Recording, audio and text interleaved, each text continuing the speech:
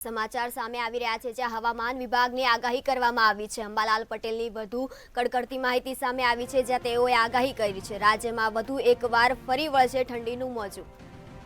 આગામી 10 થી 12 ફેબ્રુઆરીમાં રાજ્યનું તાપમાન ઘટશે તેવું અંબાલાલ પટેલની આગાહી કહી રહી છે। ઉત્તર ગુજરાત અને કચ્છમાં તાપમાન 9 ડિગ્રીથી ઓછું રહેશે જ્યારે અમદાવાદ અને ગાંધીનગરનું તાપમાન પણ ઘટશે। ખેડૂતોના ઉભા રવિ પાકમાં રોગ આવવાની શક્યતા, જીરાના પાકમાં રોગચાળો આવવાની સંભાવના વર્તાઈ રહી છે। 19 ફેબ્રુઆરી પછી પાકને સાનુકૂળ વાતાવરણ બંધાશે। 12 થી 15 ફેબ્રુઆરીએ રાજ્યના અનેક વિસ્તારોમાં ઘેરાશે વાદળો। 19 થી 22 ફેબ્રુઆરીએ દક્ષિણ અને ઉત્તર ગુજરાતમાં ઘેરાશે વાદળો। અંબાલાલ પટેલની વધુ એક કડકડતી આગાહી સામે આવી છે જ્યાં રાજ્યમાં વધુ એકવાર ફરી વળશે ઠંડીનું મોજું। આગામી 10 થી 12 ફેબ્રુઆરીના રોજ તાપમાનમાં ઘટાડો જોવા મળશે। ઉત્તર ગુજરાત કચ્છમાં તાપમાન 9 ડિગ્રીથી ઓછું રહેશે। અમદાવાદ ગાંધીનગરનું તાપમાન પણ ઘટશે। કેટલાક શિયાળુ પાકની કાપણીની શરૂઆત થઈ ગઈ છે। રાયડા જેવા પાકોની કાપણી હશે, છતાં કેટલાક પાકો ઊભા છે।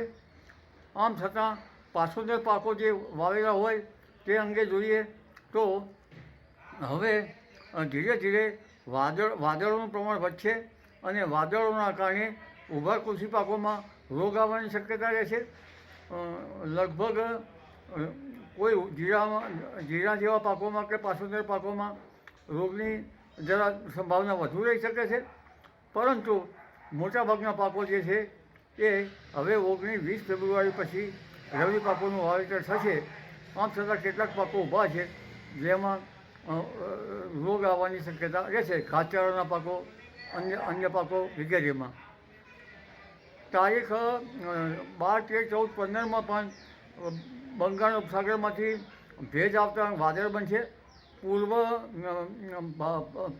ભારતના ભાગોમાં વરસાદ થશે, પૂર્વીય ઉત્તર પ્રદેશના ભાગોમાં વરસાદ થશે અને આ વહન છેક લગભગ પૂર્વીય રાજસ્થાનના ભાગોમાં આવશે। ક્વચિત ઉત્તર ગુજરાતના ભાગોમાં કે પૂર્વ ગુજરાતના ભાગોમાં